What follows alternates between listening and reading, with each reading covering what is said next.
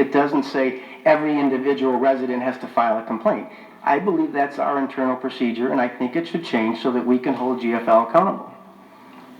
The examples that I gave at the last... Agree on that one. The example that I gave at the last meeting was 3 full streets, 100 houses, 100 times 100. That's just one instance. But, Mr. Chairman, if I may respond to that, one of the challenges you're going to run into is, I'll take a street like Catherine off of Van Born that's divided by Avalon.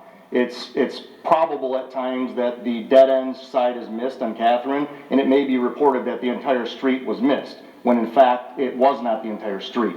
It was only the dead end portion of the street. So for us to assume that Catherine was missed entirely would put a heavy burden on us to go out and verify all of those locations that were missed. Yeah, and I'm saying, I agree. I don't know that I want us to do it, although in the example I gave, I'm positive it was 3 full streets because I saw it, and I filed an iCare app and said, hey, these 3 full streets are missed. If they fix it the next day, then we're good, right? Because we all know stuff happens. But if I know it didn't get fixed, and I know it's 100 houses, I don't know why we would only charge them 100 or 200 if it should be 10,000. And it should be them resolving the issue, not us. Now, you make a good point. Anybody could say I got missed. Maybe they did, maybe they didn't, whether it's 1 house or 100 houses. But I don't like that somehow we got to count on everyone to file a complaint when I can see if my neighbor got picked up or not. I can see if my whole street got picked up or not, number 1. And number 2, we shouldn't have to file a claim the second time. So That part I agree with. Councilman Johnson? Just today I had a resident call, so I made some phone calls, and GFL closed out the ticket. He put it on the iCares, and according to Brenda, they keep doing that. They close it out before they actually pick it up. Well, that may be problematic then, if that's what's going on. We can resolve that. We just won't give them access to the iCares. Yeah. We just have to send it to them. You know, I mean, so, there's ways so we can and it was sitting for 3 days, you know, and my next question is, are we looking at a new contract, a new trash carrier? Did we start that process early? We should be in that wheelhouse. This is a 3-year contract, and in the contract, we put language in there that we would negotiate or go out to bid a year prior to the expiration of the contract. I thought it was 18 months. Because we got caught in a position where if someone was on it. It was longer than a year, real quick. What was it, like 18 months, I think it was, yeah. That was 18 months before the Yeah, contract. it was longer than a year supposed to because start we wanted to make Oh, sure. whatever that date is, I think the contract expired in July, and they're just into this, after the first year, so they're not even a year and a half into the contract at this point. Okay, well, we just want to make sure that Yeah, no, when we I get got in my that eye on it. wheelhouse, we don't get in the same situation we were the last time. I don't mean to Yep, take over. I'm totally aware of that. I got it written on my board. I have something myself. Yeah.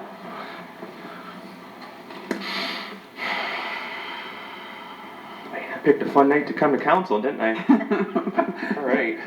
Well, Mr. Chairman, members of the City Council, Mr. Mayor, Madam Treasurer, thank you. I'll be brief. I just wanted to give a quick update just about some of the things that are going on within the state. Of course, several of you have reached out to me about unemployment issues with constituents in the city of Taylor. We've had over 1,000 cases in District 12, about 3/4 of them being from the city of Taylor. And so far, we've done a great job at getting them the help they need in order to get the benefits that they're entitled to. We still have about 200 cases that are outstanding. That's across District 12, not just in the city of Taylor. So we're continuing to work on those. Angela in my office is continuing to answer calls for constituents regarding unemployment or any type of issues that they might be experiencing during COVID.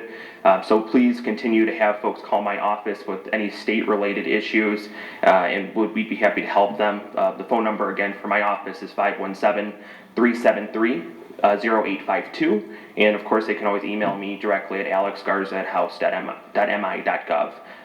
And that's just one part of it. So we're continuing to work on those issues, treasury issues that might come up. The good news, which we got some data earlier this month, the unemployment number from the state of Michigan dropped significantly. It was over 16% just last month. Now it's about 8%.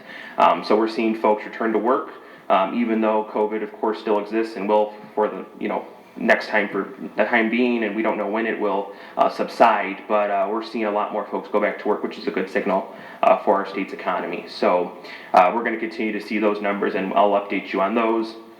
Second, I wanted to just mention a few of the bills that are coming up within the state of Michigan for that I sponsored. Currently, 3 bills that were passed in the last actually month that I sponsored had to deal with microbreweries and craft breweries in the state of Michigan. So one of the things is craft breweries. I thought you said crack. No. Craft breweries. And one of the things is that's one of the largest small parts of our economy that's growing at the most rapid pace. And what it does is it allows the industry to self-distribute double the amount of brew that they brew themselves instead of going through a distributor. So it really helps a very large segment of our small business economy. So we were happy to get that through. It was a bipartisan package of 13 bills, and I was happy to be a part of that.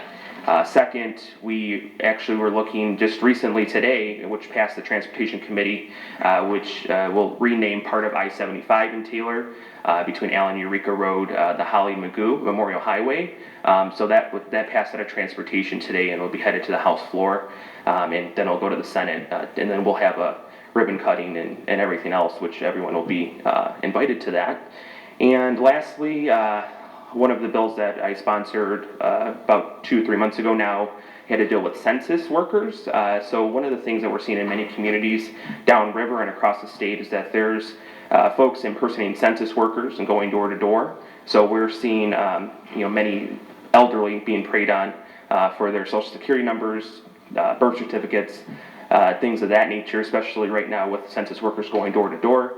So my bill would make it a misdemeanor, which was a compromise. I wish we could have got it to be a felony to preying on our elderly. So that passed the House and is now in the Senate. So just a brief update on kind of what I'm working on, kind of what we're doing in my office during COVID. Of course, we're doing monthly updates on Facebook Live and Zoom. So any residents that have any questions or anything can reach me directly every month on there. So. Well, I would just want to say I appreciate, my daughter really appreciates all the work you and your office did for her on her unemployment. And just real quick, I want to wish you all the best of luck this weekend on your big day. Oh, thank you. I appreciate it. Yeah.